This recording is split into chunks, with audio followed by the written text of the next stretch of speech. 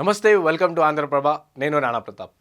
తెలంగాణలో assembly elections తర్వాత MLC election 2 సీట్లు ఖాళీగా ఉన్నాయని చెప్పేసి వాటిలో ఉప ఎన్నికలు జరిపించాలన్నట్టు కేంద్ర ఎన్నికల సంఘం రీసెంట్లీ నోటిఫికేషన్ విడుదల చేసింది. దానికి సంబంధించి కాంగ్రెస్ అధిష్టానం 4 అభ్యర్థులను ప్రకటించింది. వారు ఎవరంటే ఎమ్మెల్సీ కోటాలో ఉన్న ఖాళీగా ఉన్న ఎమ్మెల్సీ స్థానాలకై ఇటు అద్దంకి దయాకర్ ప్లస్ బల్మూర్ వెంకట్కి ఉప ఎన్నికల్లో బరిలో దింపనుంది. అండ్ ఇటు గవర్నర్ కోటాకి సంబంధించి ప్రొఫెసర్ కోదండరామ్కి అండ్ అమీర్ అలీ ఖాన్, వీళ్ళిద్దరికి గవర్నర్ కోటాకి సంబంధించిన ఎమ్మెల్సీ సీట్లకి అండ్ ఆల్సో ఉప ఎన్నికలు అంటే ఎమ్మెల్సీ స్థానాలకు కానీ అద్దంకి దయాకర్ ఇంకా బల్మూర్ వెంకట్కి కేటాయించున్నారు. వీళ్ళు ఎవరైతే అద్దంకి దయాకర్ ఇంకా బల్మూర్ వెంకట్ ఉన్నారో కాంగ్రెస్ కష్టకాలంలో వాళ్ళు ముందుండి పనిచేశారు.